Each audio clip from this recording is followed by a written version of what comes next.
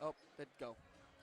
Maybe a late start here in Rocky River, Ohio, but better late than never as the 16-2 Lutheran West Longhorns host the 19-0 Garfield Heights Bulldogs. Good evening, everyone, and welcome to KeeOnSports Game of the Week here in Rocky River, Ohio. It's going to be a great one as we turn the camera around to face us here in the little bird's nest up here. Nathan Smee, Dom Clary on the call. Dom, we missed you last time out. It was a great game. We're hoping for one, maybe even better tonight to close out our winter coverage. Yeah, no, it seemed like we had an exciting game here last week. Wasn't able to be here, had another obligation. But I'm happy to finally be here at Lou West for what's going to be an exciting game between Garfield Heights and Lou West. It should be an exciting one. We have a really good matchup. We're going to break it down here for you. I know it's a late start, but hey, maybe push that alarm back in the morning a little bit more. Maybe, hey, do homework or study hall instead of tonight. Right? Maybe a little bit of a smaller dinner tonight because we're going to be here all night long for a great basketball game. It's exciting. The talent that's going to be on this court is insane. Looking at both these teams, Lou West, you got plenty of talented players. You got Levis and Fairley have been playing together and know each other since kindergarten. Been a long time for those two gentlemen. Tino Iliunila, the Finnish finesser coming over from Hudson after last year. A lot less scoring this year, but he's playing a great role on this team. Dylan Barczyk as well, potent from downtown in the last game. He is a stud. On the other side, you got two key players who are really the heart and soul of this team. On one hand, you have Marcus Johnson.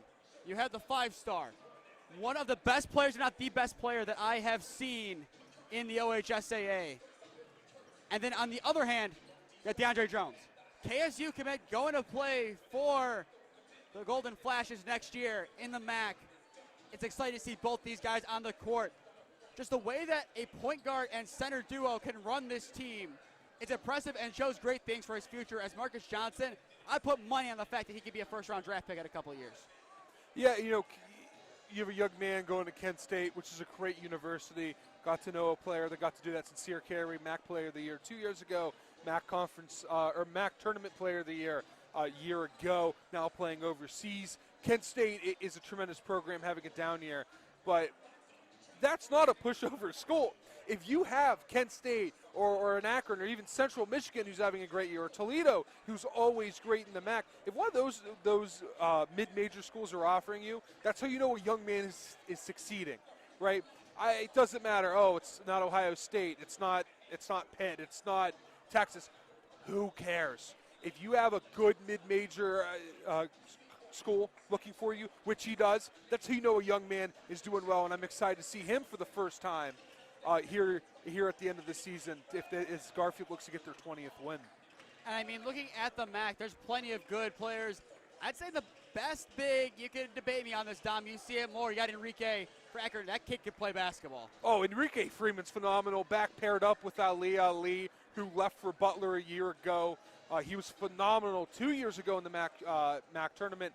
Came back this year after leaving for Butler, not getting much playing time. But Enrique Freeman, I'll tell you what, that shows you how good he is. He's one of the double-double leaders in all of NCAA basketball, and for certain to be a first or second round draft pick in the NBA. At the very worst, that young man's going to be in the summer league.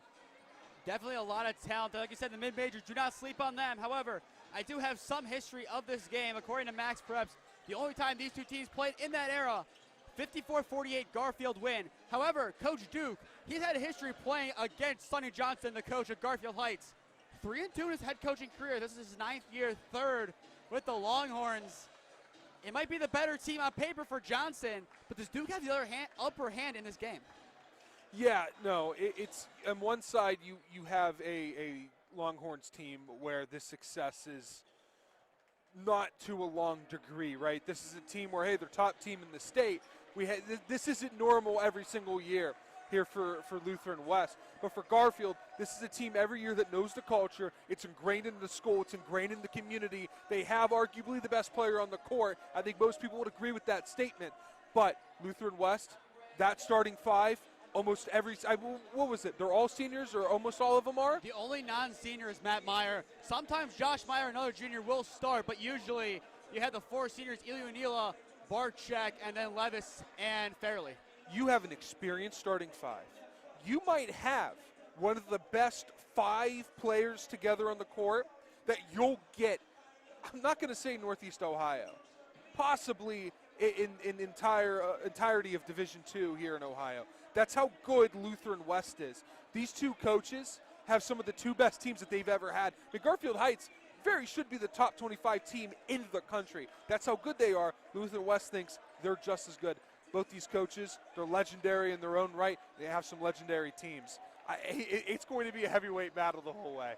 And then looking at it as well from a playing standpoint, Sonny Johnson, he won Mr. Basketball in 1998.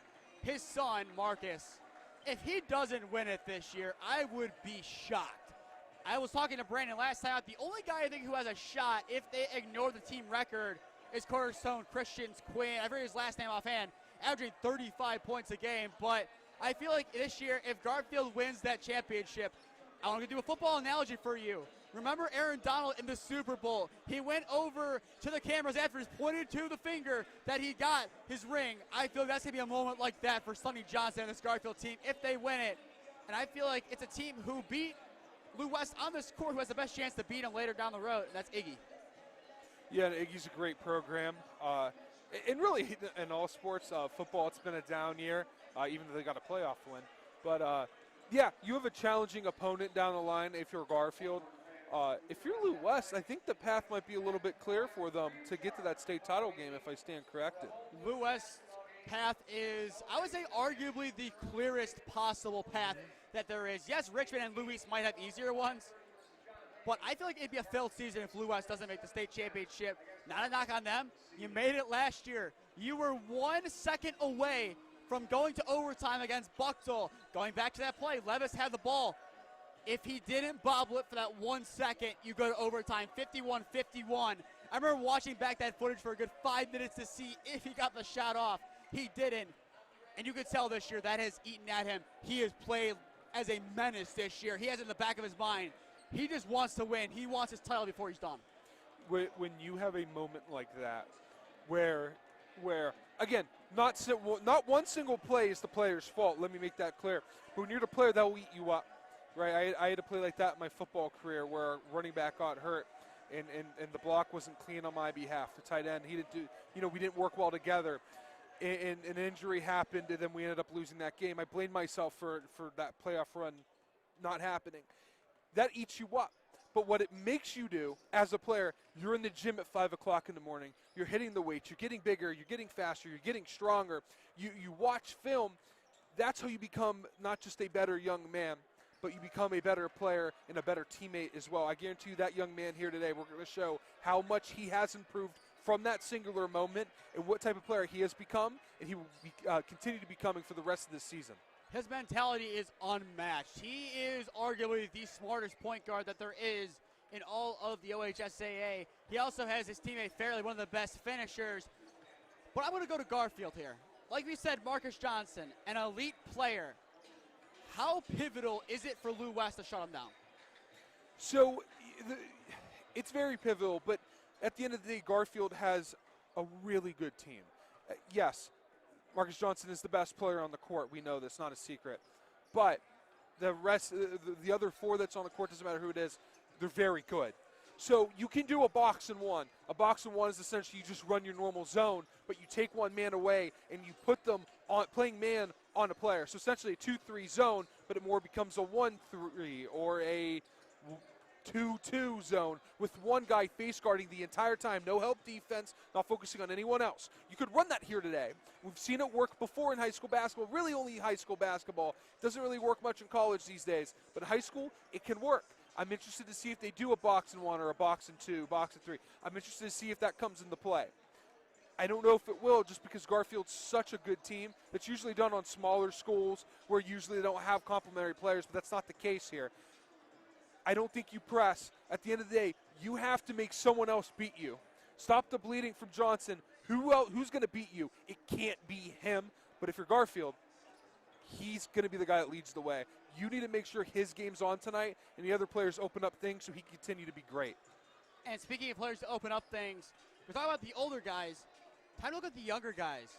You got Keys for Garfield off the bench. He might end up starting this game for all I know, the way he's played down the stretch this year. he's one heck of a player. And then for Lou West, you got Shelton. That kid off the bench has done an excellent job this year. You go back to that Ignatius game, down by 19. His and one got them back to lead in that game. Did they end up winning the game? No. But as a freshman driving against such a big team, Ignatius, as looking at the roster, he's only listed at 5'7". He's a small kid. But the way he plays basketball is really impressive. And it's funny to compare him to Jamar Keys, who I believe is at least 6 foot.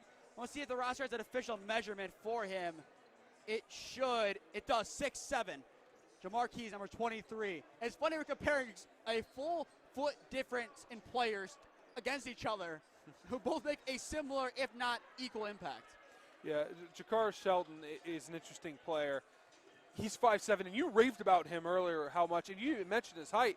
You know, when you talk about a short player and you don't even mention their height, that's how you know how great that young man is.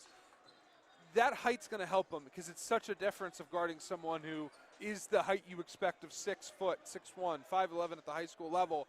But when Shelton's on the court, he's quick, he's a great dribbler, he's a great player, and he's a freshman, which means he might be 5'7" now, but tomorrow he might be 6 feet tall. That's just how high school basketball works, where 1 second the player's a point guard, the next second he's playing center. And when you look at those shorter players, it's kind of like the football philosophy of running backs. You got MJD. Why was he good? He was small. You couldn't really tackle him. And I'm going to go back to Holy Name, where I do most of my broadcasting. You have Aiden Butler transferring in from St. Ed's, a great program there. He uses his size. He's 5'6", I believe. He drives in there, puts it up with ease. Another player, similar height, that we saw a couple weeks ago, Naoki Sato. That kid able to drive in there, not necessarily. He's physical, too. Physical. He'll back you down in the paint. He'll definitely back you down. He does not let his height stop him. Those are the kind of players you want on your team. You actually want the guys like Eli Anila who are tall, Marcus Johnson who can lead you, but you also need that shorter guy who can go in there and be a Swiss Army knife, similar to another football analogy here, Taysom Hill and the Saints. He can play any role you need him to, no matter the size, no matter the limitations based on position. About a minute left on the clock. He'll turn things back over to the court with the buzzer sounding. Dom, who do you got winning this game? You know, it's hard as a broadcaster because you never want to pick a favorite. Oh, wow, this is tough. I'm going to go with Lou West here. I think they're hot. Just beat the #1 team in Division III. I think that they might be able to carry it over, but it won't be an easy task. It will go down to the last few seconds of this ball game. I got Garfield Heights in this one. I have them by 15. I think that they're going to make a statement win today here. I think they know in the back of their mind, with a big enough win, top 25 is their destiny. I said it a month ago at the NEO Youth Elite Classic after they beat Richmond. They should be considered a top 25 team in the country. Everyone was like, no, not yet. This is the yet that they were talking about. I say a win today. You have to put them top 25. Undefeated in what could arguably be the toughest state to play basketball in, not named California, Texas, New York, those big states. This might be the best of the rest. We can make an argument for that. And now we'll turn it over to our in-house PA announcer to get us underway. For today's game between the visiting Bulldogs of Garfield Heights and your Lutheran West Longhorns. To honor those who have defended this great country, we ask you to please stand, remove your caps, and direct your attention towards our nation's colors for the playing of our national anthem.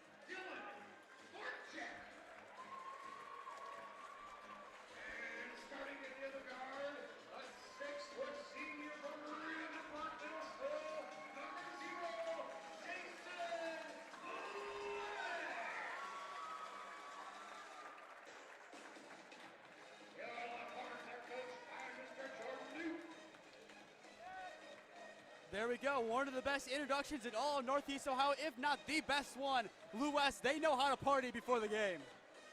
Yeah. The only thing missing was a disco ball.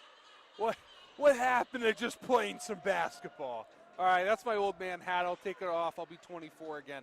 Let's play some basketball. Let's see some of the two best teams in the state of Ohio, Division I, Division II. I've waited all week for this game, so if you so has a packed house that's been waiting here since 6 o'clock for this game to start, this is going to be one of the best games that we can see all week long. Here we go. I've been here for already 3 hours, and I'm ready as ever for some basketball. Garfield Heights, they brought the house, and so did Lou West.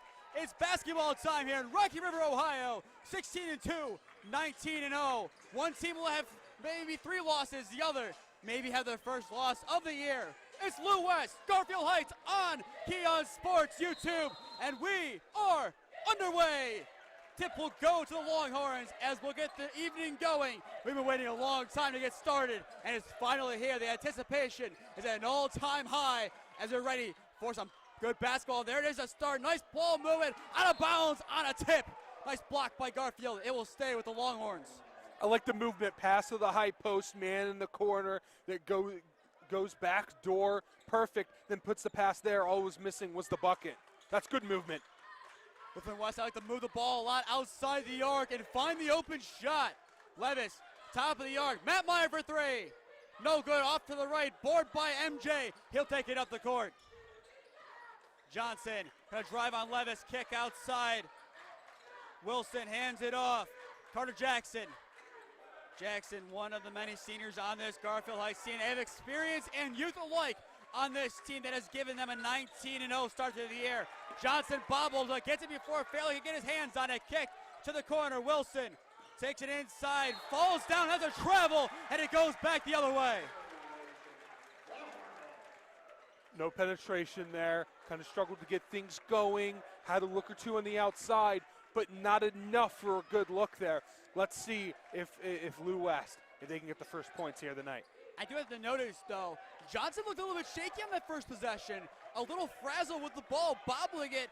He worried that Fairley was right there to get it. In the end, Fairley did not get it, but still something to note throughout the game. Fairley in the far corner is going to take it in the paint, plays it back. Meyer outside, bar check from downtown.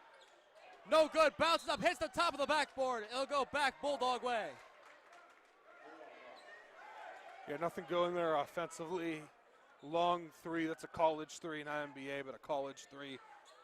Garfield Heights looking to see what they can get their offense going. Wilson plants. It's in! Nothing but net to get the game going for Sonny Johnson's men. They strike first blood tonight. That's a statement right there, top of the key. No one can even guard that. Whew. Statements like that are why they're 19-0, Dom. They've impressed all year from inside and outside the arc. Nice pass by Ilionilo. Meyer clobbering and taken away by Wilson. He'll take it up the center, gives. Wilson takes it off the glass, rolls around, no good. Board by Little, bounces out and around. It'll stay with the Bulldogs. I mean, that deny there by Meyer looked a little bit more vicious than I think it was. Skied up there, brought that ball down. He almost hooked it on his leg there and kept it, but it rolled out of bounds. He recovered well in defense. He struggled so far. 0 for 3 on offense. Lutheran West offense not running the way they like to. They like to run a fluid offense that could score at will. Today, not the case. Garfield Heights, their defense, they are a tough team to play against. That is a given. Don't even need to say it. They only allow 47.5 points per game on average this year, and you can see why so far as they're able to clamp up. Little, the mid-range, bounces no good. Levis tips it away to Fairley. Lou West gets a stop, and now look to translate defense into offense. Fairley takes it back out. He launches the triple. It's in! 2 threes make the scoring so far, and we're tied at 3. We're see a lot more of that tonight. Johnson, he's able to get 2 on the board. The first field goal from inside the arc. MJ's on the board. Barczyk inside. Matt Meyer has the Andre Jones on him. Barczyk in the corner against Marcus Johnson. Spins to his left. Pivots with the right. Tips away to Meyer. He'll take it in. Uncontested lane, and he gets it in to tie it back up at 5. He's a physical player. Tough. He can get in the paint. Just has to hold on to the ball. He did there. Jones gonna back up against Matt Meyer, posting. Gonna kick it. Jackson working on Fairley. He'll flush himself out to reset. Jackson makes a move. Fairley goes flying, and then the charge against Jackson. It goes back to the Longhorns, and you can start to hear their fans getting into the game. Fairley takes it in the chest, goes straight to the ground, looks immediately to his bench and hypes him up. The crowd's starting to get a little bit more electric here. The student section shouting just a little bit more. That might be a little bit of a boost here. See if they can take the lead as we have some subs entering the game here for Lou West. Josh Meyer will check in for his brother. He started the last game for the Longhorns today. Barczyk retakes his spot in the starting five. He played well against Luis. A big heat check. That was his main involvement in that game. It was just an excellent game all the way around. Jackson, the steal on the pass to Ilionila, goes up. No good. The putback also no good. A third chance as Wilson flies in to take it. Little, he's going to set it up. Johnson from downtown. No good. Going to roll out of bounds and go back to Lutheran West. Maybe unnecessarily taking that shot from so far. He's checking his limits, getting a feel for the gym. Remember, these young men haven't played here before. The background of the board is the logo for Lou West here, the school logo, not the team logo. So a little bit of a different background here. They got to get used to it, and that could have been a test. Levis almost fell behind the line, but keeps it front court. Ilionila, Barczyk has Johnson in his face. Ilionila from straightaway center, and it's in! It's Tino time in Rocky River. He has a three, and Lou West leads by three. To match, taking it in. Jackson plays it to Wilson, and a steal at Barczyk. Right place, right time. He's gotten by Jackson. It stays with a Wilson on the deck. Kicks out from the key. Johnson, no good. Board by Barczyk. Flushes it out, but he's fouled before he can. Barczyk, he lost it for a second, but recovers with just enough time and draws the foul. I'd like to see a little bit more penetration here from Johnson. He's really settling for that three. He can do a little bit more. He knows he can too. Let's see if he can drive. Let's see if he can get some easier shots, make things just a little bit easier there for him. Devon Jackson checking in for the Bulldogs and for Lou West. It's Kendall Compton, sophomore. He had two big threes in the first half last time out against Luis in that win. He's looking to continue his play from outside the arc. Lou West so far this year eclipsing 100 threes. I believe the number's around 120 as a team. Levis a three. It's in! It's raining threes for the Longhorns, who lead by 6. To match, Jackson off the bench, no good. Board by Fairley. Lou West, this is an ideal start for them. Up by 6 for 9. No good. Bounce around Compton, keeps it in place somehow. Goes backcourt. Fairley gonna take it, obviously over and back. It'll go to Garfield Heights, but what an effort from Compton to attempt to keep that one in play. So one thing to keep notice there, when Garfield Heights was transitioning defense, a few players slipped. I don't know if I mentioned it to you, but that was something I noticed about this court on that JV game and the ninth year game. This is the third game being played. Some sweats on the court. It's just, there was some blood earlier there on Lou West's end. So there might be some slippage here during the game that Garfield Heights isn't used to. Caleb Urban will check in for the first time. Did not see him play, to my knowledge, against Holy Name on January 17th. And what was a demolition job by the Bulldogs. 87-54. That's the most points they put up in a game all year. You know, Holy Name, as you know, good basketball team, good program. Not Garfield Heights, though. Garfield Heights is a different level this year. Oh, 100%. Very different levels. I had introduced myself to Garfield a couple weeks prior to that game, so I knew what to expect going into that game. Just the sheer domination. They keep it after the steal attempt failed by Compton. But that steal attempt will not fail. Josh Meyer from behind tips it to Levis. Lou West will set up the offense once again, up by 6 in the early stages tonight. Fairley cuts to his right, now left, top of the arc, plays it into Josh Meyer, puts it up. There's a little bit of an alley-oop. I mean, Fairley, the way he moves, it's not very quick, but he's very thoughtful in what he does, very smart player. And a rare three is made for DeAndre Jones.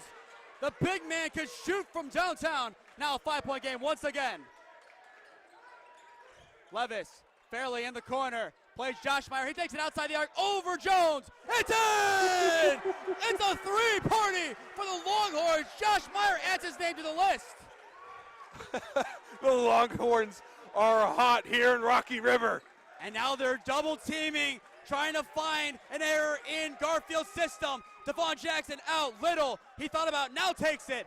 It's in for C.J. Little. He's able to match and beat the double teaming and pressing ability of the Longhorns. I mean, this first quarter is flying. Threes everywhere. I mean, there's a minute 20 left. One another. No good from Compton. Johnson boxes out Eli O'Neill to grab the board. But we've had some fireworks in the early stages. Johnson from downtown. No good. Fairley tips it. So did Jackson. And it stays with Garfield Heights. Dom, I'm going to need your opinion on this one because I don't agree with it. They fixed it. And they fixed it. It goes to Lutheran West. Yeah, that first glance, that definitely looks like it was Garfield, but it hit a finger there of a Bulldog player. They did the right thing. You make the wrong call. Hey, the other ref comes up. Hey, fix the call. He fixes his own call, not corrected by the other ref. Just a small meeting to gather thoughts. Well executed by the refs there. And in a game this big, that's huge. Fairley tipped it to Jackson. That's what happened. Eli O'Neill off the glass, rolls around. And a blocking foul will send Eli O'Neill to the line for two. Coach Johnson not happy about the call. He is frustrated. So are his Bulldogs in the early stages as they are a stranger to trailing. Yeah, this is not common for him. Teams usually don't have a first quarter like Lou West has here so far. Eli O'Neill is first. Rolls around, no good. In the last game against Luis, it did take Tino a little bit of time to get cooking. But in the second half, in the near corner, he made a three. And since that point in that game, he was hot. He ended up giving Lou West the lead, and they never looked back on in that second half as he splits them. It's 17-11. Eli O'Neill has led this team 4 times in scoring this year. Last time he did it was against Bay Village. He scored 18 points. Off-ball foul given. It'll go against Levis. But going back to that Bay game, that was just a pure domination job by Lou West. Won by 40. And even crazier than that, if I'm not mistaken, it was senior night. The seniors were pulled 30 seconds into the fourth quarter. It could have been a lot worse. Johnson bobbles it backcourt on the tip. Levis not happy about it. He doesn't believe he touched it. Matt Meyer pressing, and a foul against Meyer will be given. By the way, he definitely touched that. Let's be clear. The ball just doesn't go up like that when the hands don't go up as well. So Levis touched it. Because if he didn't, there's a ghost in the building. I think it was in the Strongsville Menor game where Sydney Bash had argued she did not touch the ball going out of bounds. I remember that. It's a similar version, but this one just going backcourt. That was their first game together. Can you believe that? No, that was the third one. Wait, which game? No, Medina was the first game. That's correct. That's what I thought you said. No, it was the I'm all out of whack here, Nate. I'm all out of whack. It's all GCC to me. A three in the corner for Little. It's in! One possession game once again. Probably going to hold the last shot. They'll look for a good three here, getting their offense, do what they normally do. I know All-Star Weekend is coming up next weekend, but I didn't realize the three-point competition's already happening. It appears to be in Rocky River, Ohio this year.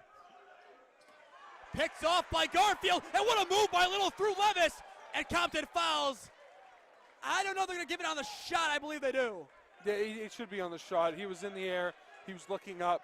Arms were trapped down. That's a good call. I'm curious what that pass was to. That was nowhere near an intended player. Yeah, a little bit off the target there. Let's see if they can gather things together. But back to that C.J. Little, when he got a piece of it, he was pressed immediately. He just threw it through Levis's legs and got through. That was some impressive work on the ball from him as he sinks his first to make it a 2-point game. Substitution for the Bulldogs. Kyler Goldstein will check in for the first time. Johnson will check out. An interesting choice. I mean, you got to give him a breather at some point, but him and DeAndre Jones are both off the court right now. Now, 13 seconds left. Give him a breather. This is the only time you're going to see Johnson off the court. I would see him play the rest of the game, plus overtime if it gets to that point. 10 seconds left to go in the first quarter. Levis kicks, Fairley in the corner. It's in! Over Little, and he sinks it as the buzzer sounds. Derek Fairley, that is one heck of a shot and one heck of a job to keep his composure amid the pressure. I don't know if you saw, he turned down and looked right at the Bulldogs bench to show them, hey, I'm here too, and I'm hitting threes like there's no tomorrow. That is how you end a quarter. 8 minutes in the books in Rocky River, Ohio. It's Lou West, maybe surprisingly, up 20-16 over the Garfield Heights Bulldogs. We'll take a break here and hear a word from our sponsors. Riley's Irish Bakery, the absolute best bakery and comfort food selection you will find on the west side of town.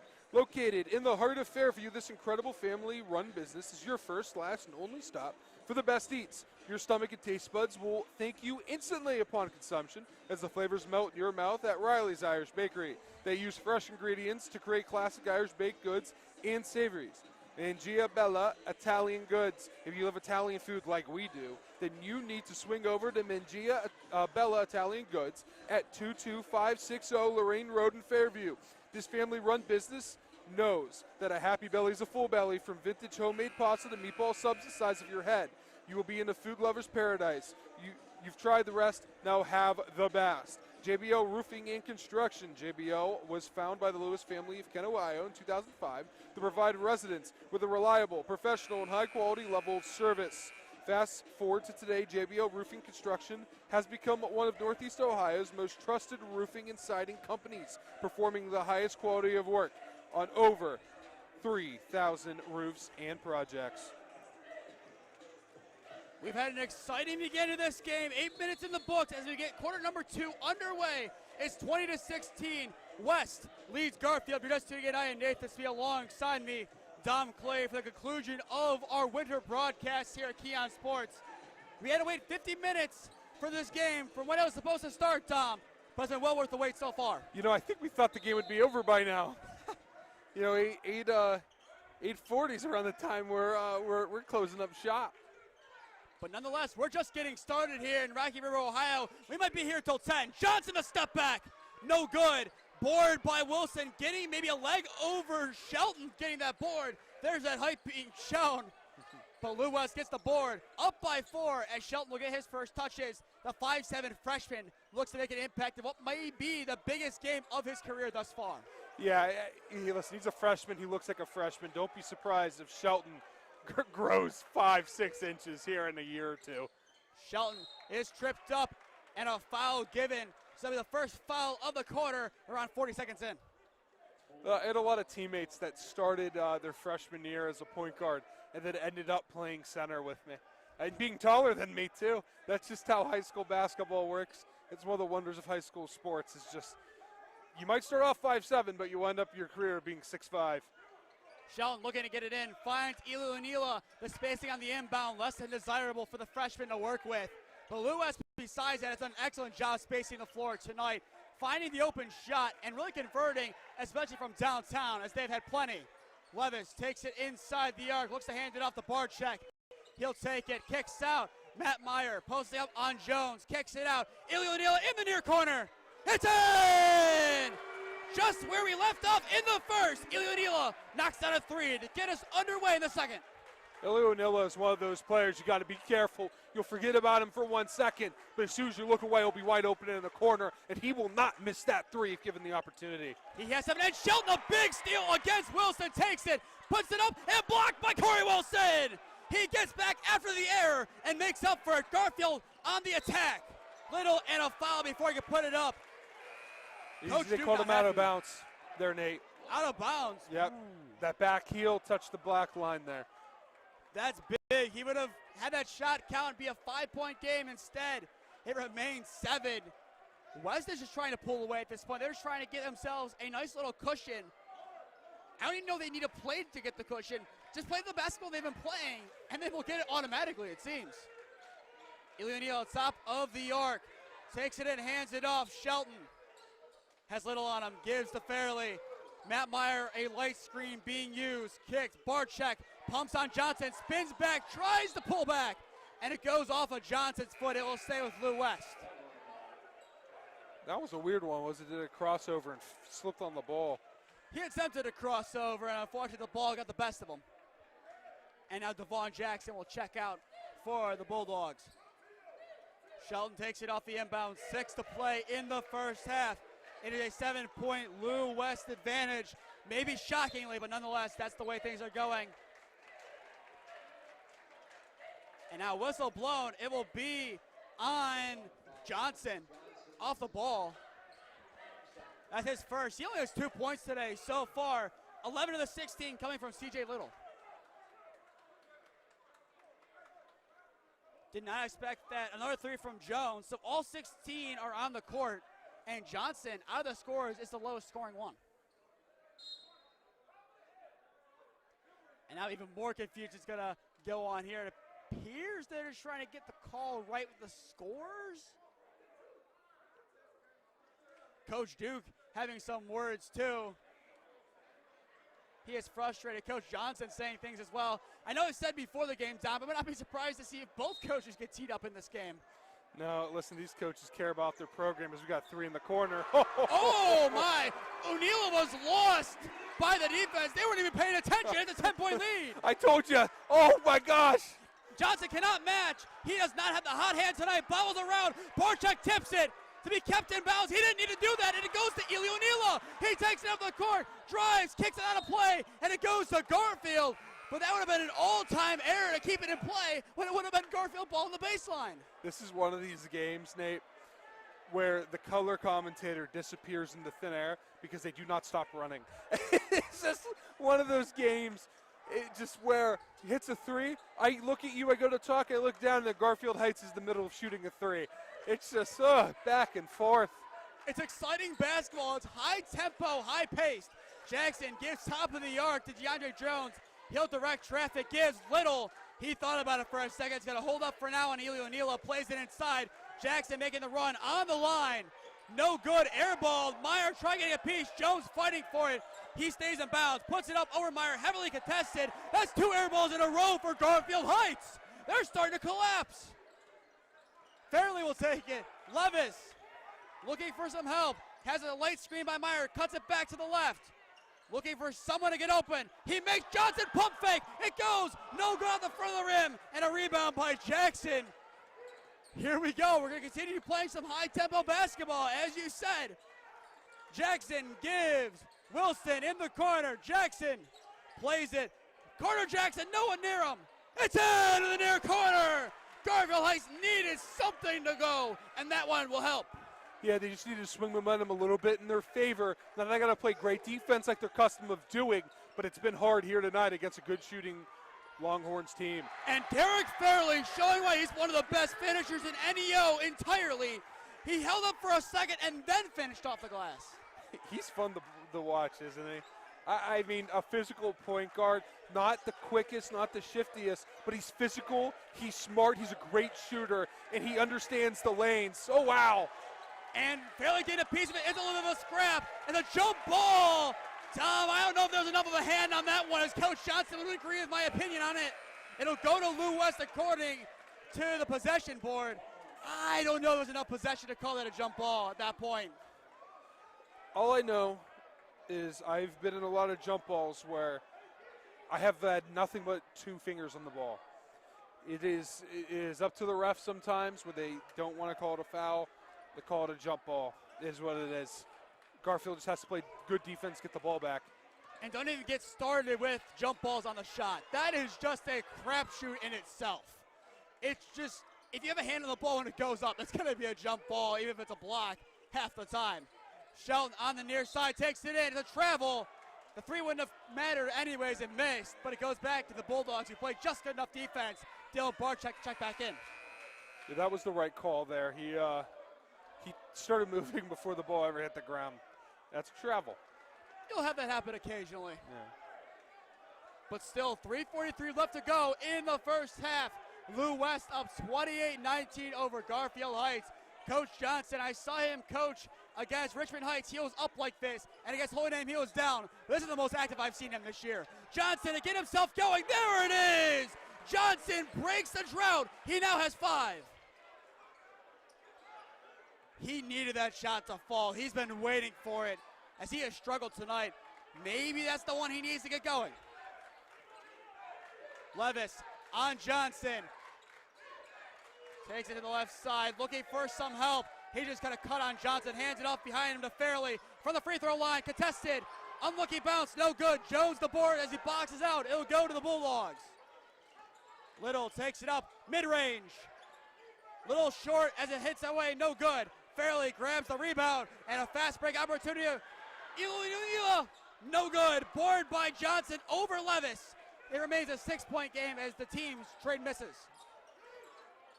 Johnson being met by Josh Meyer and Jason Levis. Plays it behind. CJ Little picked up by O'Neal and a spin to keep it.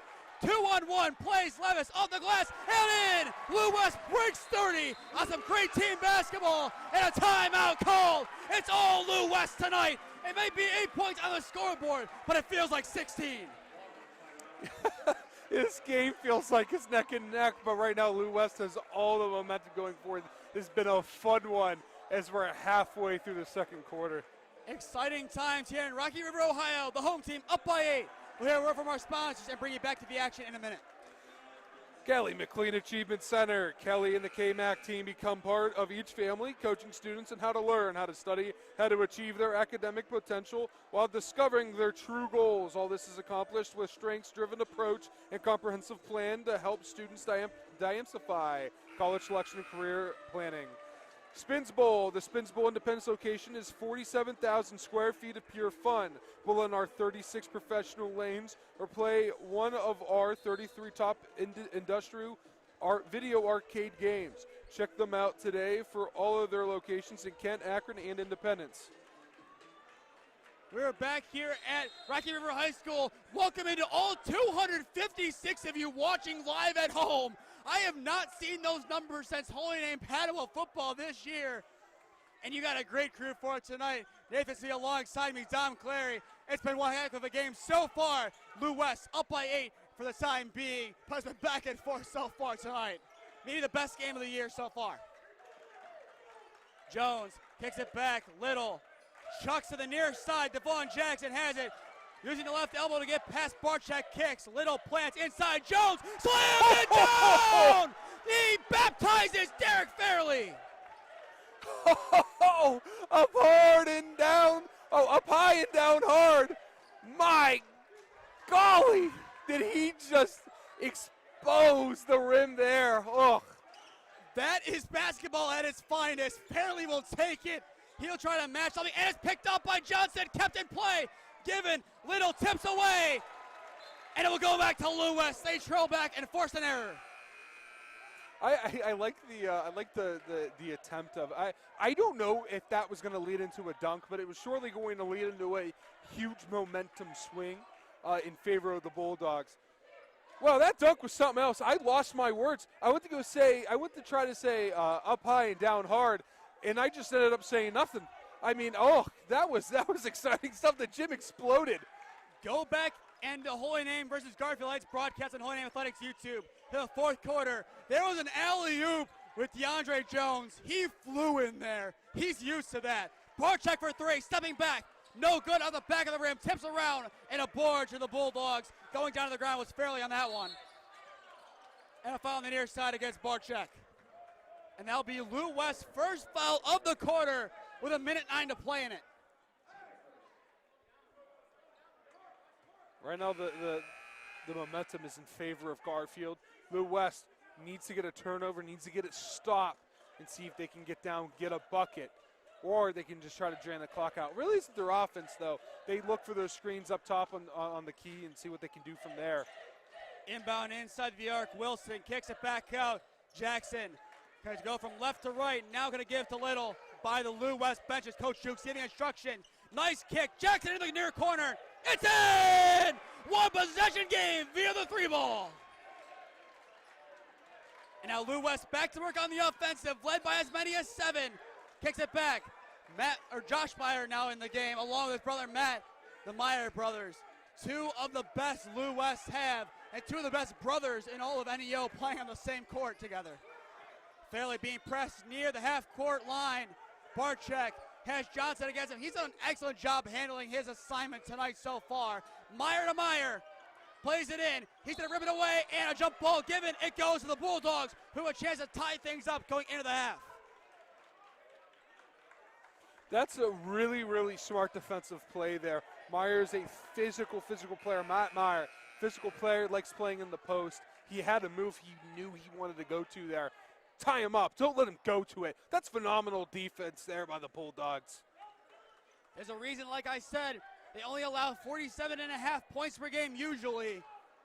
But today, Lou West on pace for 60. Maybe last shot of the half goes to Garfield Heights. Johnson, if you're just tuning in, only 5 points on the day so far. He's been relatively quiet, given that he averages around 20 a game. But still, it only takes one shot to fall to get that man going. He'll take it inside the paint, left-hand floater, and it's in. 1 point game now. Lou West, the heave-ho from Shelton. Almost in, but it's going to miss wide to the left, hitting off the backboard, and that will send us into the half here in Rocky River, Ohio. Your score, Lou West 30, Garfield Heights 29. We'll hear word from our sponsor. Take a break. Stay tuned. We'll be back on in a couple minutes after our sponsor reads to bring you the halftime report. B.A. Sweetie, the world's most famous candy company, is right here in our backyard. B.A. Sweetie is located at 6770 Brook Park Road in Cleveland, Ohio. It is a candy lover's paradise. They have every candy from your childhood. Visit them today. Dave's Golden Chair Barbershop. For over a century of great haircuts, go where the pros go, cut hair. They do mostly men and boys. Stop in and experience a great haircut today. When you do, we think you'll become not only a customer, but a friend as well. Climate Tech Incorporated. At Climate Tech Incorporated, they provide top quality heating, air conditioning, and ventilation services focused on your comfort. Their goal is to provide the communities of West Coahuila County and Lorain County with the best resolution and complete repair on our first visit. MDG Flooring. Their professional staff is excited at MDG Flooring America to get to know you and help you with all of your floor covering needs. They offer in-home services and are very experienced with commercial flooring jobs as well. MDG Flooring America is more than just a flooring specialty store. They're experts trained in flooring sales and design and will help you find the perfect floor for your way to live. TNT Construction. TNT Construction is a private family-owned construction company located in Berea, Ohio. TNT provides residential and commercial remodeling, construction, and building services to clients in Cleveland and all Northeast Ohio. Jenny's Old Fashioned Popcorn. With great customer and vendor relationships, Tom and Jennifer's goal is to continue to provide the fantastic snacks that our customers have come to expect from the many Poppy's popcorn products. From everything from caramel to cheddar. They have over 39 fantastic flavors, including Dittos for the kiddos. You can have them anywhere popcorn is sold, including Giant Eagle and Mark's.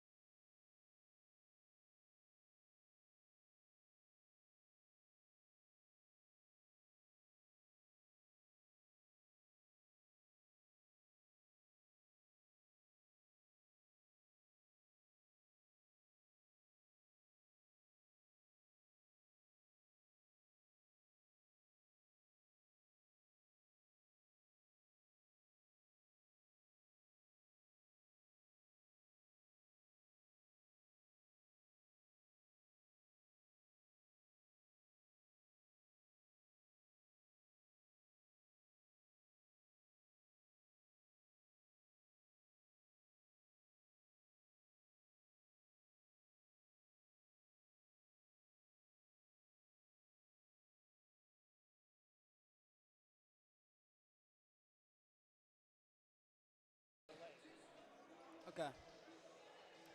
Well, I really don't know how to start after seeing a man in an inflatable horse wave a Lou West logo on the court. I don't know how to react to that one as we're back from the half. One thing I do know for certain, Dom, and to turn the camera around to bring us back over here, we've had an exciting game so far. 30-29, Lou West is leading. Oh, this game, I'm actually interested if we need to contact Brandon Marvel to see if he can figure out how many threes were hit by both teams there. It was a three-palooza there by both teams. Lou West got off to an early start. They were up by I believe, 10 at one point. It felt like they could get away with it, but Garfield Heights is just way too good to be down by 10. They haven't been down by 10 all year, let alone really at all. That's how good Garfield Heights is. They get back in the game, a little bit of late run. It is a one-point ball game. Listen, if you're just now joining us, you are in for a doozy, a barn burner, some would call it. It'll be that good. It's that good of a game. I really don't want this game to end. I wish we could just keep calling this game every day. That's how fun it's been. But we're going to have a really good second half. Let's see what players are the true deciders of this game here. I think a big reason why Lewis has had so much success is Marcus Johnson has struggled immensely tonight. Going in, I know someone commented, I see 45 points combined from him and DeAndre Jones. My reply to it, you can check my Instagram, Smee Sports. I say MJ 30, DeAndre 15. Yeah, Marcus is a little south of the 30. He needs 23 to get there in this half. Dom, how has he been shut down? Yeah, so they're playing tight on the ball, but their help defense in the corner is very, very laxed, I should say, where the players are essentially on the block. They're playing up. Their main goal is, hey, go backdoor on us, but we're going to steal the ball. They're cutting off the pass lanes. They're making sure that, hey, you're going to have to beat us one-on-one, and they're not able to do it. He's settling for the three, and they are just taking advantage of the defense opportunities, getting the ball in transition when they get the rebound, and going off to the races, hitting a three in the corner. They are playing great defense right now. The Longhorns need to keep doing that. It's going to be a tough task. I'm interested to see if they can keep it up, because Garfield Heights, it is a beast in a cage right now, because once it gets out, it's going to cause mayhem. And I'm interested to see your opinion on this one, Dom. What's the magic number to get to in this half that you'll feel confident you win the game? So I don't think it's a matter of how much to score, but how much you can hold Garfield by. If you can hold them to below 50 points, which I don't know if it's possible, they'll win the basketball game. If Garfield Heights goes off for 60, 65, 70 total in the game, they're going to lose the game. You held them to 29 points. I'm kind of a little tougher task of what I'm offering here, but this team's good enough to do it. Let's see if you can continue to slow them down. You're asking them to do a task that no team has done Not this one. year. 52 points against CCC and Huntington. Huntington was close, but in that game, Darren Peterson bobbled the game away. That changed the game. They were able to take free throws and win the game based on that one. Nice play to begin the half, and blocked out of bounds by C.J. Little. That is one way to come out of the half. Now, you say no one's done it all year. Exactly. No one's beaten them all year for that exact reason. If you want to beat the best team, arguably, in the state of Ohio, one of the top 25 in the country, you got to do the impossible, and that's hold them to under 50 points. If any team this year will do it, I think it's them. Maple has struggled this year. That's the only other team besides Ignatius that might be able to do it. We'll have to see. But today we're focused on the Longhorns and the Bulldogs. Levis takes it inside, pumps. Gonna take it uncontested, and it's in to open the scoring to begin the second half. Levis, patience pays off. A pass so good, a player followed it, opened them up. That's a beautiful ball fake. Now Garfield looking to do something. That one off of the rim on a tip from Jackson. Not even a shot behind the back, goes fairly. Cuts to the right. Lou West trying to set something up by a possession. Kicks out, Ilionila. Off kilter, airballed into the hands of Marcus Johnson. He'll take it up the right side. Kick, Little. Thought about takes it inside the arc, kicks far side to tie it up. No good off the side of the rim. Board by Fairley as he boxes out against Jackson. He'll cut against Jones, who's behind him. Kicks, Ilionila inside the arc. Matt Meyer, top. Dylan Barczyk for three. No good. Board by Little, uses a nice job with the hand to bring it down to himself. Kicks, Johnson inside, floats with the left.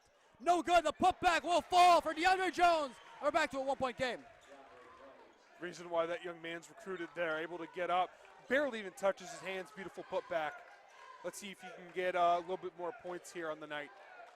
DeAndre Jones, so far a decent night for him, but for his standards, he wants more. 7 points, him and Johnson combined 14, while Little has 11. And a foul will send the ball to the baseline for an inbound for the Longhorns. Now since he's 6'9" here, he is the tallest player on the court. Matt Meyer is the closest at 6'7". And Meyer can definitely hold his own. Him and his brother Josh was able to hold McCullough to 9 points in the last game. And Jesse McCullough is wanted and will be going to play with Tom Izzo at Michigan State. When you have that much of a legend who believes in you and you're able to shut that player down, colleges, take note, please. Matt Meyer is that guy.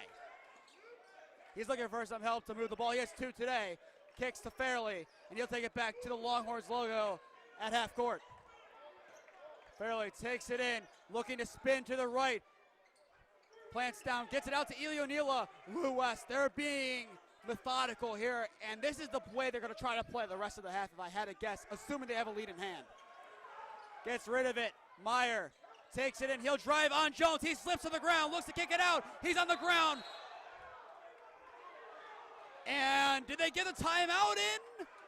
I think they're going to say timeout called by Coach Duke. And they did. I don't know if it was Meyer or Duke who called it. Whoever did, that is a huge play. That's genius. That's, if it's Coach Duke, proving why he's one of the best coaches at NEO. It's not talked about ever. You never talk about the timeout on a potential jump ball. That's never discussed. That's huge. We'll turn it over to Dom to read from our sponsors, and we'll get back to the game in a minute. Westside Flea, it began with an idea to offer creative, talented vendors an affordable venue to showcase their items in the Westside suburbs, a market where everyone could attend for free and find items at all price points. A free fun day for the whole family, including pets on leashes. 5:39 left to go in the third quarter here at Lutheran West High School.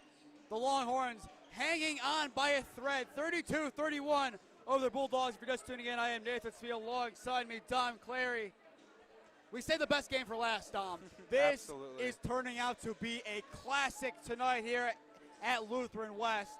Both teams are playing good basketball at times, but also struggling at others. It's been a mixed bag for both teams, but Lou West looking at the stronger team so far, given the expectations for him.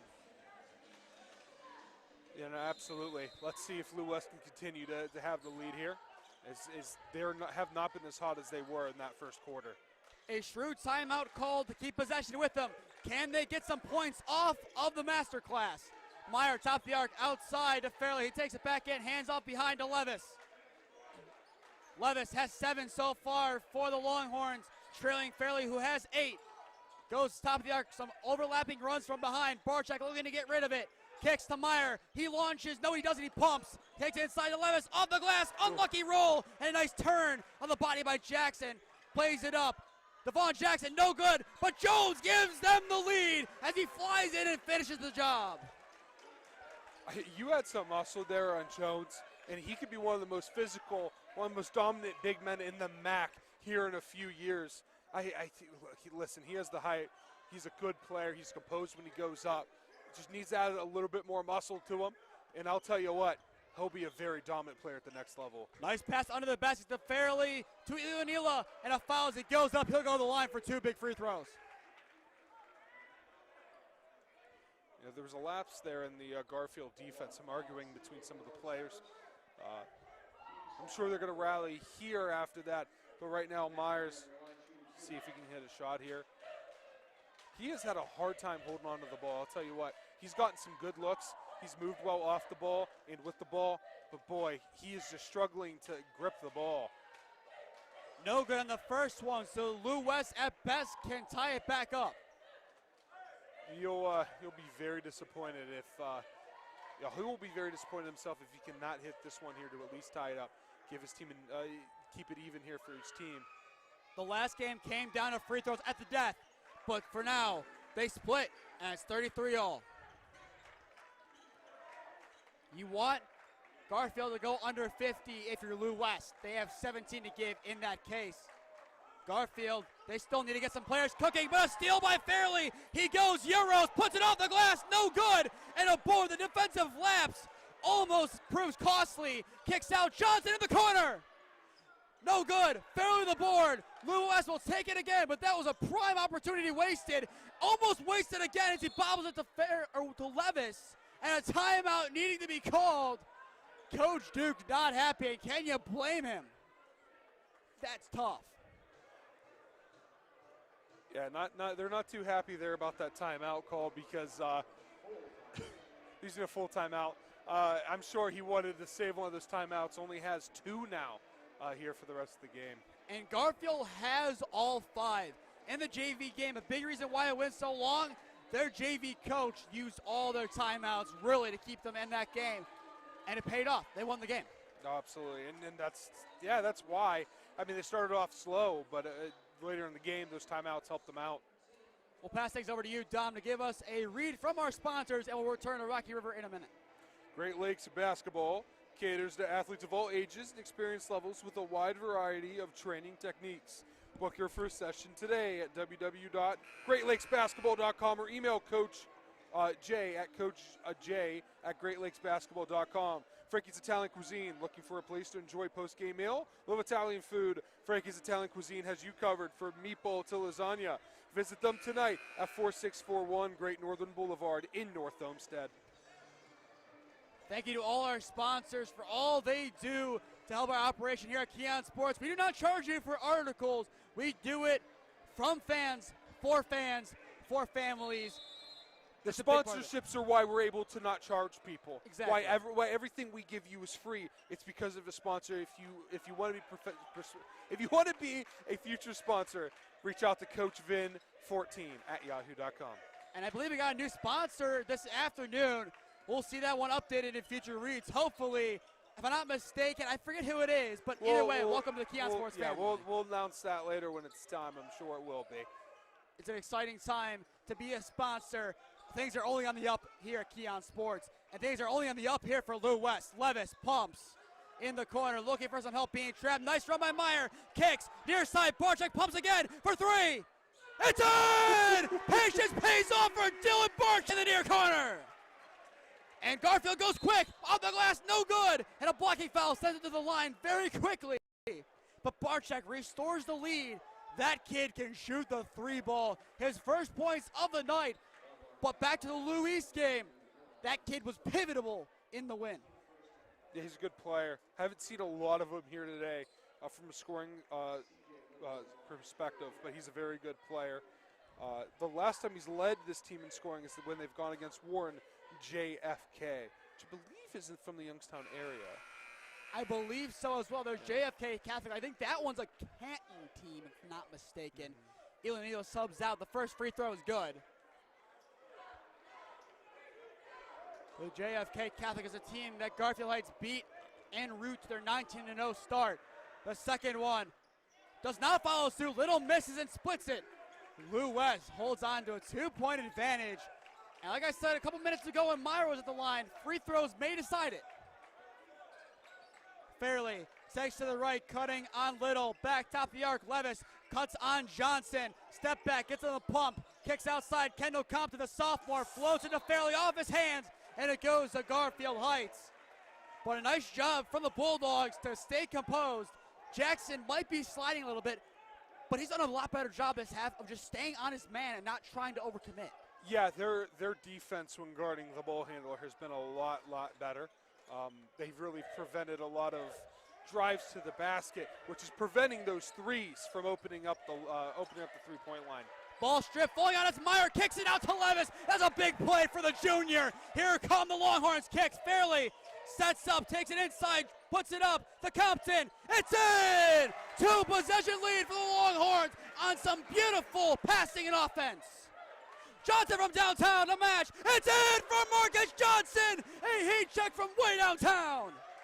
They need more of that out of that young man. It's the reason why he's going to be highly recruited. He's only a sophomore.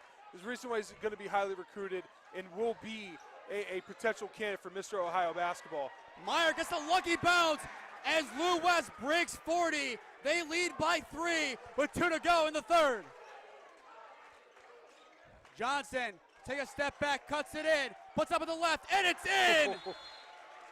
And a timeout called by Sonny Johnson to talk things over. Garfield Heights is still going toe-to-toe. Honors even in the third quarter. West up by 1 overall, the minute 58 in the third quarter. Dom, we still have 10 minutes of regulation basketball left to go. This is exciting stuff here in Rocky River, Ohio. We'll hear a word from our sponsors and return you to the action in a minute. Village Coffee and Creamery. From the founders of Nancy's Main Street Diner comes Village Coffee and Creamery. They have everything from dessert, lunch items, and coffee to ice cream and every kind of sweet treat you can think of, located at 486 Main Street in Grafton.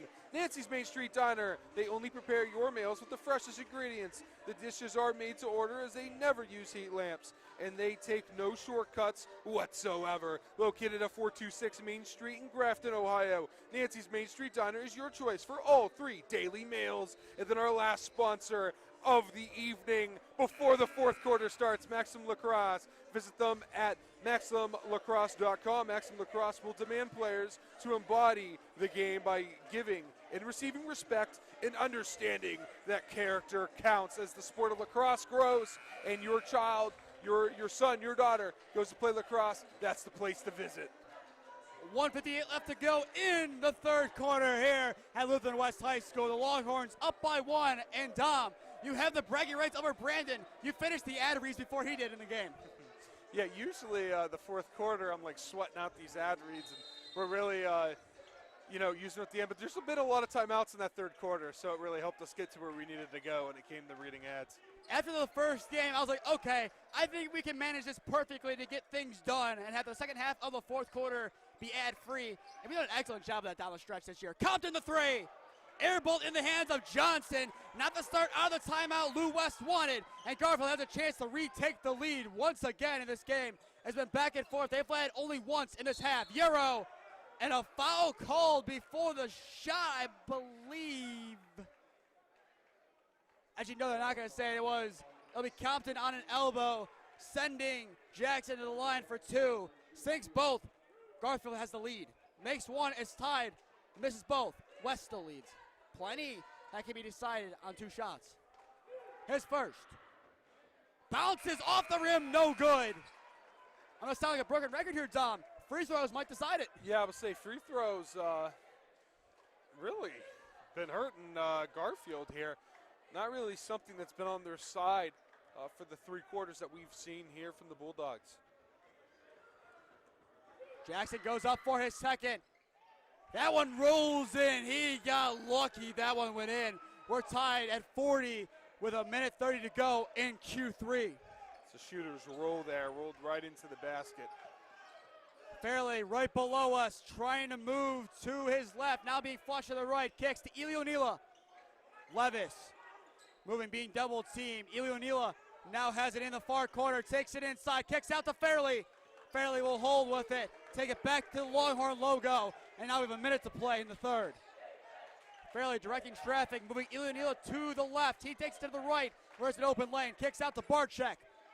He will hand it off to behind. Levis takes it back out behind the arc.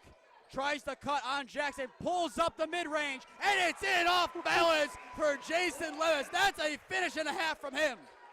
Levis is an impressive young player for his size, only measuring at 6 feet tall. Looks a little smaller from this angle, but I'm sure it's true.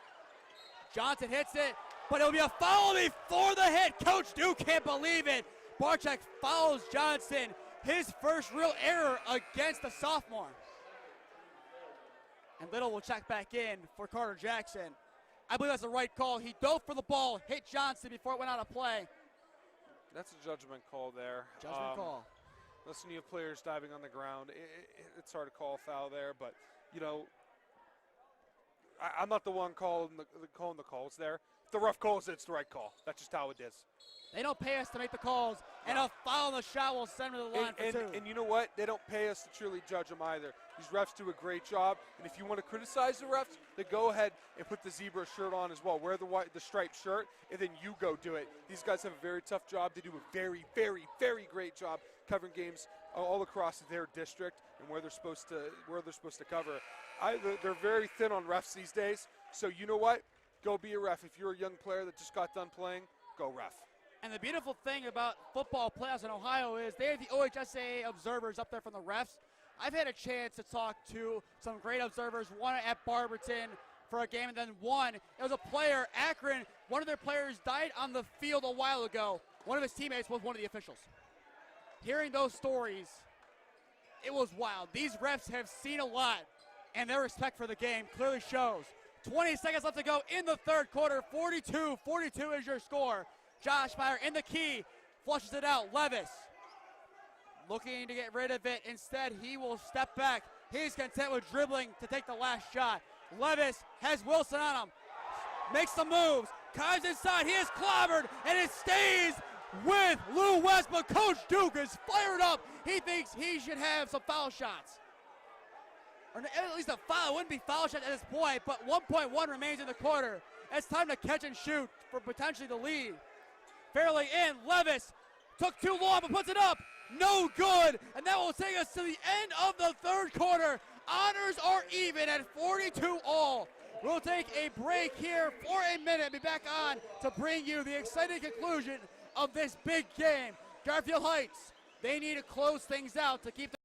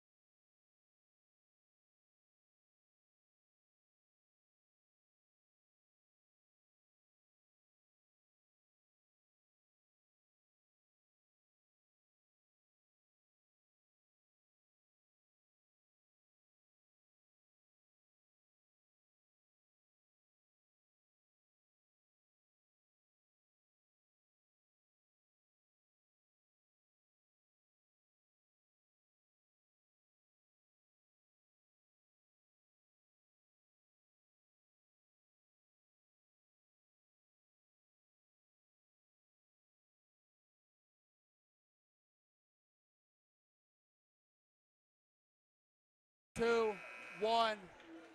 8 minutes left to go in regulation in Rocky River, Ohio. It's exciting times. It's 42 all and what may be game of the year, not of just the week, Dom. It's been a great contest so far. You know, we saw a good one the first game we covered, which felt like yesterday. I know we only covered a handful of games. Hopefully next year, depending on your schedule, as you go off to college and do what you have to do in your career, we'll see if we can continue doing this for more games, longer time. But this has been the best game since the Medina and Strongsville girls basketball game that we saw.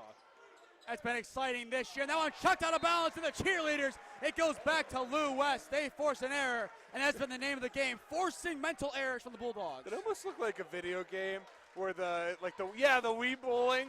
It's just they all cleared out so quick. They're going to have to when the ball's just flying over there. Only so much you can do, and only so many reactionary responses. They did a good job getting out of the way, except the one young lady did not move quick enough and ended up stopping it with her hands. But sign her up for the girls basketball team. And it's, I believe, National Women in Sports Day, so shout out to all the women who do things in sports media, play a sport, or involved in sports in any capacity. That went off the hands of Meyer going out of bounds. It'll go to the Bulldogs. No, absolutely. You know, at my radio station, I get to work with some females that work in this in this industry. It's not easy. They have a tough time getting the respect of others, their peers, the viewers. So, happy National Women's Day for anyone listening. It's a good day for women's in sports as they continue to make their name all across the country and the world. And the women's basketball game, especially with Caitlin Clark doing Caitlin Clark things. Oh, yeah. Hey, she could be in Cleveland if they make it to the Final Four. Maybe. That'd be exciting to see. Kick to the near corner. The three for Jackson. It's in! Garfield leads by 3. That is a big make in the corner. Fairley will take it up for the Longhorns. Working off a screen. Take it in. Steps back. Iluanila takes it now. He'll take it outside. Derek being flushed with 6.5 to go in regulation. Barczyk. He has 3 so far. Obviously, given the points from outside the arc, all of them have came. Fairley will flush it back. Lou West, they're playing methodical basketball, just slowing things up and waiting for something, anything to get open for a quality shot. Fairley take it in. Levis to match. No good. Iluanila tips it out, but it will go to Wilson. Garfield Heights gives a stop. And for the first time tonight, they have a chance to have a 2-possession lead. Little. He'll set up instead, taking it inside at the free throw line. Back outside to Marcus Johnson, who has 12. Looking to direct traffic, looking for some help. He's being double teamed by Levis, and Iluanila gives no look. Jones slams it and misses it. He does too much. That's just one of those moments where just lay it up, big fella. He wanted to put the crowd in a frenzy. Put this a 5-point game while getting all the momentum away from Lutheran West. Couldn't do it there and loses the points as well. Oh, this could be a very critical possession. Iluanila to tie it up, no good, and it bounces back to Levis, kicks it out. Iluanila takes it in again, loses it, a nice steal by DeAndre Jones, plays it up to Jackson, and that one is a foul as he goes up for the shot. He'll go to the line for 2. Yeah, that was a hard fall. It seems like he's okay. It does not appear that Fairley intended to, hurt him. He helped him up. That's just one of those moments where, hey, I'm going to swat his hand down. He's not going to make the dunk or the layup. Let's just, and then it ends up being a hard foul, not in purpose. It appears to be a clean foul, just a nasty landing, but it seems like a young man in Carter Jackson is just going to walk it off. Refs are going to give him time. And, some respect from the fans there, clapping him off. And in this time, it's a big weekend for boys basketball. This Sunday is the tournament draw. Lou West, as of right now, they have the pick of anyone they want for round 2. They don't have to play round 1. They probably will not. If Lou West wins, that'll be a question for Coach Duke, as that one falls in for Jackson. And he starts off with a big free throw made. If they can somehow get this lead back, which is at 4 right now, could end up being at 5 with a made free throw. If they can get the win here, it'll be a huge statement here for the Longhorns. Tips around, Meyer gets it, plays it down to Fairley. Fairley is clipped. It'll go to Lou West on the foul. And it looks like Coach Johnson may want a timeout. Look, that's what he was mouthing originally. And there it is. He's granted the timeout. He was mouthing it, and he finally gets it with 5:06 to go. Garfield, their biggest lead of the night, up by 4. We have some exciting basketball left tonight, Dom. 5:06 on the clock. We'll take a break and be back on in a minute.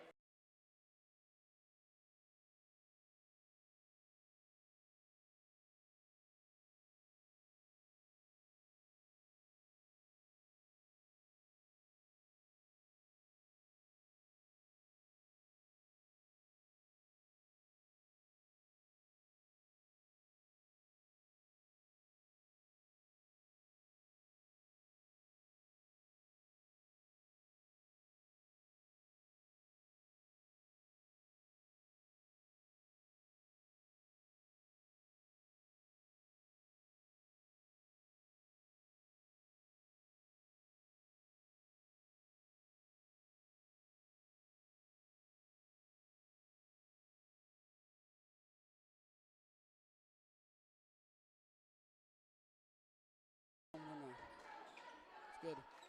5:06 left to go in regulation. It's a 4-point Garfield Heights lead. If you're just tuning in, I am Nathan Smee alongside me, Dom Clary, for what has been one of the most watched games on KeeOnSports YouTube all of this school year. Yeah, right now the live viewers are some of the best we've had.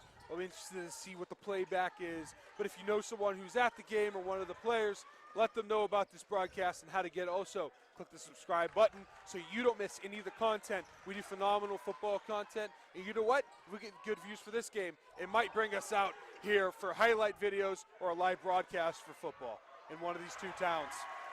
Big bucket there by Matt Meyer, being patient, going up twice, putting it down. 2-point Garfield lead with 4:20 to play in regulation. And I always say in regulation in the fourth quarter, no matter the score. But tonight, of all nights, in regulation has to be stressed. In the corner, a three. No good for Carter Jackson. Tips around Levis, gets it to Fairley. There's that connection, but a steal by Little. Keeps it in play, and a travel. It will stay with Lou West. But there you go, Levis getting it to Fairley. They've known each other pretty much their whole lives, and on a play like that, you can tell. 4:03 now on the clock. 2-point lead for Garfield.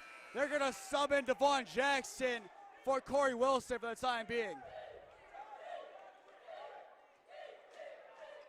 This now becomes a chess match between Coach Duke and Coach Johnson.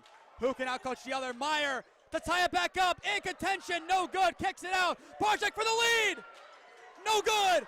Board by DeAndre Jones, and it's a foul on Meyer, maybe an over the back. It'll go to the Bulldogs regardless, but two big misses, but two big stops. You can't foul there if you're Matt Meyer. You cannot reach there. He's a smart young player. He's very talented. Cannot make that mistake. There's a mental lapse. He is noisy in here. It is loud. There's shouting. There's trash talking. You cannot make that mistake. In a game this big, you have to show mental resolve. And down the stretch, we're going to need to see it even more. Levis forcing it to Fairley for the steal. Lou West catches a break. Levis takes it, and he's clobbered. That's foul number 2 against Garfield. Both of them have 2. What a great trap, by the way. Perfectly planned. Anytime that ball is in the corner, it seems like it's the first pass. If it's stagnant, they're not going to do it. But on that first pass, they trap, and Garfield's not responding to it well. They've answered to it earlier on, but right now, just not answering to it at all. Ilonila outside the arc, a 3 would give him back the lead. Barczyk, bang! Dylan Barczyk in the far corner restores the Longhorn advantage. And here comes Garfield Johnson, no shot, and he'll go to the baseline. Foul number 3 against the Longhorns. They get a chance to breathe, Dom, and so do we. You see that? Goosebumps right there, Nate. Oh, this crowd is jumping out of the stadium. This is exciting here. Let's see how the Bulldogs respond. Johnson takes it outside the arc. Levis strip, but does a nice job to regather himself. Goes in, puts it up, blocked by Eli O'Neal, but take it in. Levis gets a piece of it to the ground. Jump ball, it goes to Lou West. Levis snatches it away. Okay, so this ball's going to Lou West on the jump ball. That means the next one will go to Garfield Heights. Get that information, put it in your back pocket, remember it for later, because that could come into play. That is huge for Lou West now, but it could be even bigger for Garfield later. 3:16 on the clock. It's 47-46. Either of these teams are going to be well below their season average. 67.8 for Lou West, 68.9 for Garfield. Lou West averages giving up around 51 points a game. Garfield's in that realm with 180 seconds to go in regulation. Meyer under the basket in the paint, kicks out to Barczyk. He pumps. He has Johnson on him. He's done an excellent job against him today, mind you. Bobbling it away, gives it to Eli O'Neal. He'll take it to the top of the arc to the Longhorn logo, and Lou West will reset. Eli O'Neal tries to take it in. Johnson a piece, but Eli O'Neal keeps his resolve and taken out by Levis. He gets it on the give and go with Barczyk. 2:30 to go now in regulation. Lou West is drilling down plenty of clock. Levis spins, looking to give the ball off. Does to Eli O'Neal for 3, wide open. No good off the front of the rim, and a board by DeAndre Jones. That would have been huge for the Longhorns. He was hot there earlier in the game. He's cooled off in a big way. It seems like every time that ball is going to Marcus Johnson, they're just going to double team him. Jackson for the lead, no good. Board by Fairley. We don't have a count, but he's had plenty tonight. Chucks to Eli O'Neal. He'll take it in, hands it off to Matt Meyer. 2 minutes to go in regulation. Coach Johnson wants some press. Hands off to Derek Fairley. Lou West in no hurry, and they don't need to be. Fairley at the Longhorn logo with a win. He and his teammates will engrave themselves in Lou West history, especially Barczyk, who gives them the lead. But a reach-in instead on that steal attempt on Little. That's a big call with a minute 37 on the clock. Foul number 3 of the quarter. What are we thinking on that one, Dom? So Sonny Johnson is looking at the rough and saying, that is so bad. Again, I'm not going to correct the officials. I'll let you do the judgment calls there. Whatever they call is a correct call. I stand by what I said earlier. But Sonny Johnson, the Garfield fans, not too happy about that call. And a timeout by Coach Johnson. He is still upset. He has passion for the game. But you know who else does? Coach Duke and the Longhorns. A minute and 37 away from doing what no team has been able to do this year, and has gotten themselves in a position that only one team has this year, Huntington Prep. But can they do what Darren Peterson and company could not do? And that's finish the deal in a game that both teams will most likely score less than 55 points. Only time will tell. Dom, what's going through your mind right now in this big game, as we're not going anywhere? All right, so with 137, right now what's going through my mind is ball control. To get our offense going, who will be composed, who will hit your free throws, who will not turn the ball over. 137 for the rest of your life here in this game. Again, no conference moves that will happen here. Both teams are in the same conference. Lou West essentially is an independent for all intents and purposes. But two different divisions as well. But if you're Lou West and you go into the Division II, right, playoffs and saying we just beat what is one of the best teams in the country, you have struck fear in every D2 school in the state of Ohio. And they made plenty of statements. Their only losses are to D1 opposition in Hoban and Ignatius. And there were two tough teams on this court. Coach Duke wanted the gauntlet. He got it. This would be his legacy. I have seen legacy games in both times I've been here. The first, Lou West on the wrong side of history against Holy Land. The second one on the right side against Lou East. It's 3 times the charm, and will 19 be joined by, in basketball terms, an and one for the Bulldogs. Barczyk has it with a minute and a half to go in regulation behind the Fairley. Back to Barczyk inside the arc to Meyer outside to Eli O'Neill. He will reset. Take it to the Longhorn logo. A minute 15 to go. He's looking for some help. Finds it in Fairley. Garfield might have to foul soon. Fairley takes it in and a foul. That's the 4th one and a strategic foul. That would have been a bucket. You know what Fairley reminds me of? It's a really weird comparison when it comes to like who I'm comparing him to. Emmanuel Mudiay, the way he moves. Mudiay! Really weird comparison. Mudiay was a very fluent mover. There's some argument going on what this is. I think Fairley was just shoved. So that might be a T if they agree with it. If that's a tech, that is huge. So Coach Duke wants a tech. He has a reason to want it if it's a shove. You at home, ladies and gentlemen, had a better look at things. They're going to let things play on. Coach Duke wants an explanation why it wasn't a T. I don't know, ladies and gentlemen. Didn't get the best of look at it. It might just be the rivalry game.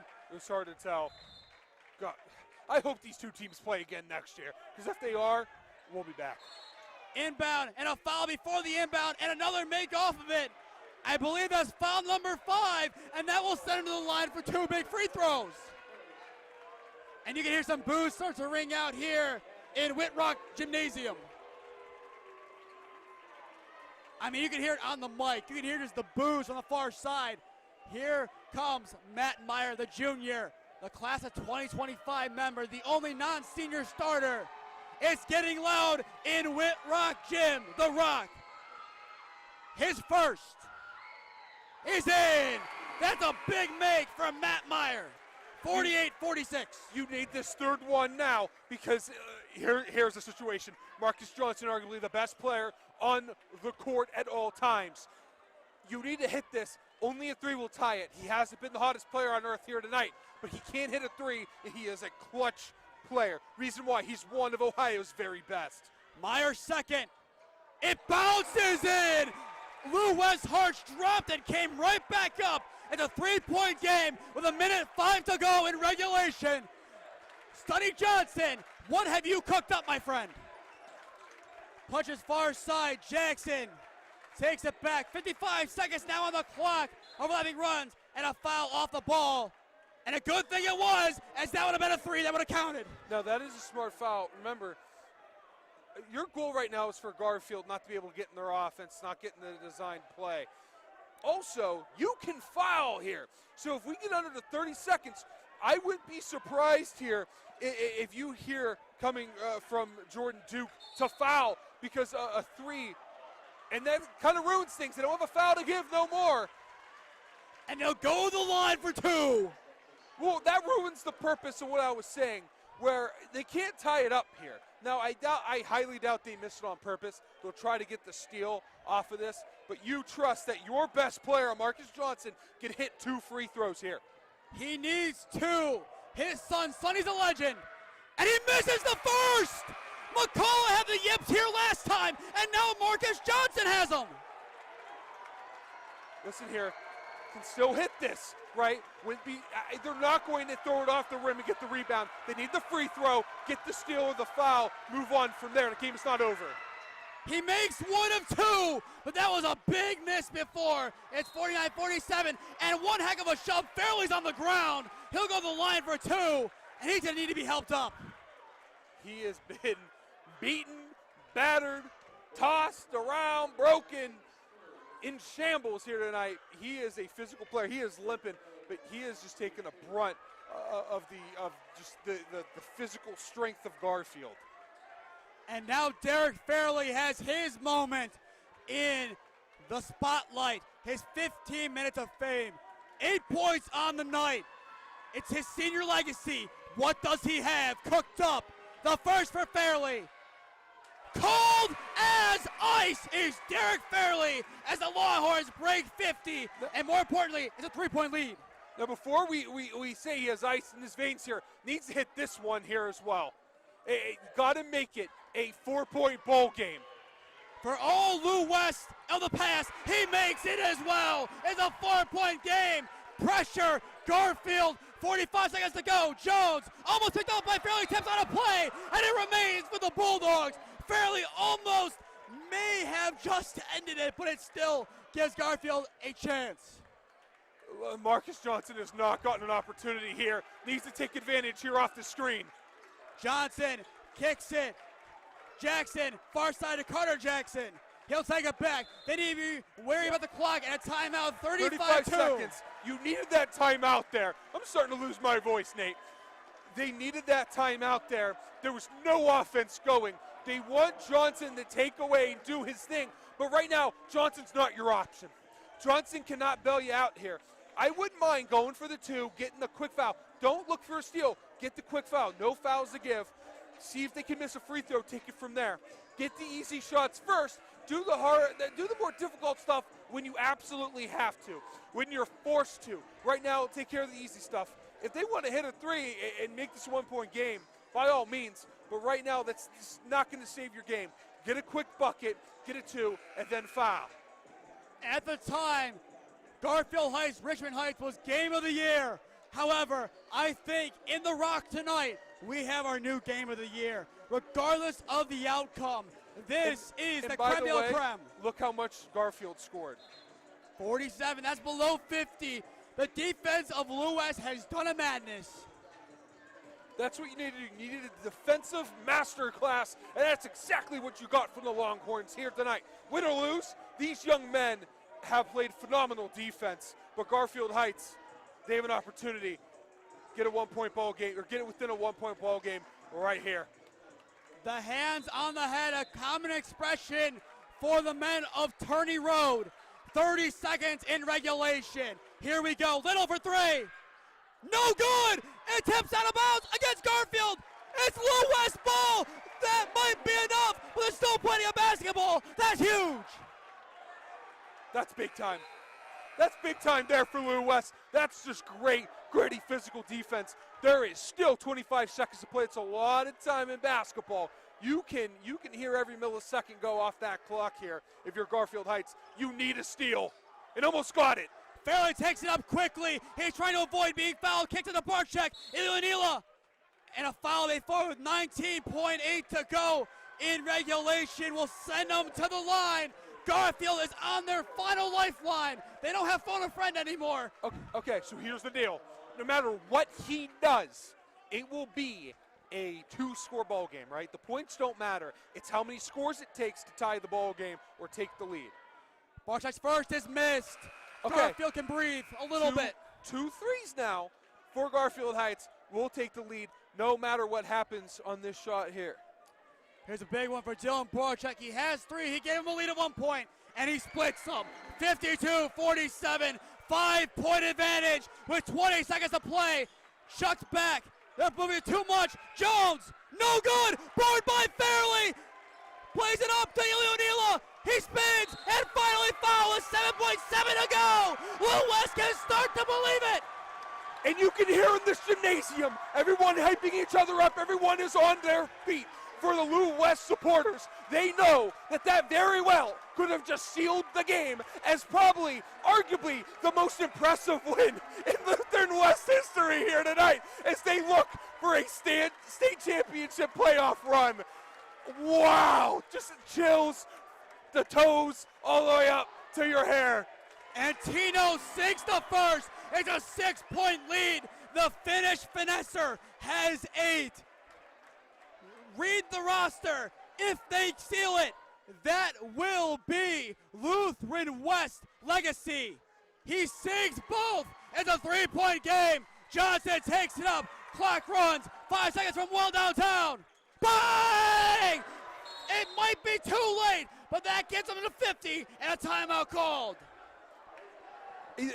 Too little too late there. I mean, a phenomenal shot there by Johnson. It just might not be enough. It's the most, and here's the thing, I can't blame him. He has not been open at all. And you could hear for a second, hey, goodbye. With the lighters out. Now it wasn't lighters, it was flashlights. We don't do that anymore. It's not 1972, okay? But we'll call them lighters here to savor the moment. You might not know what that means, but oh, I'm familiar. I'm familiar with the concept. You see it during the slow songs. They get the cameras out. They get the flashlights. You hear Ed Sheeran blast, and you see those flashlights go up. Ed Sheeran of all songs, yeah. Not a big fan. Good lordy, man, you are young. You are young. I don't feel it, Tom. I do not feel young at all. Young at heart, maybe. Yeah. 2.3 seconds to go for Lutheran West legacy. Let's see what happens. Levis to inbound. Plays it in. Meyer takes it up. Jones gets a piece, and it's over. Lutheran West history has been made. Garfield Heights goes down. It's 19-1 for their record. Lou West has done it. They knock off Sonny Johnson's men 54-50. Tom, I cannot believe it. As one of the best have said, do you believe in miracles? I yes. do now. What a game from this team. Your play of the game brought to you by KeeOnSports via Brandon Marvel. Derek Fairley, 10 points, 9 rebounds, 5 assists. Big defensive plays all night and now has 10 rebounds. An official double-double.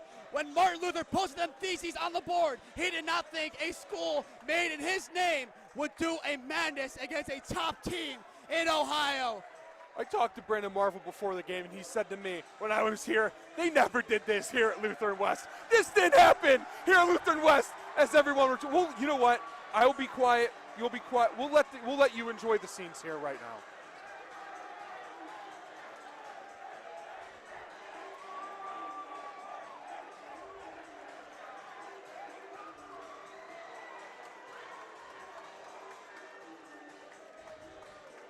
Wow.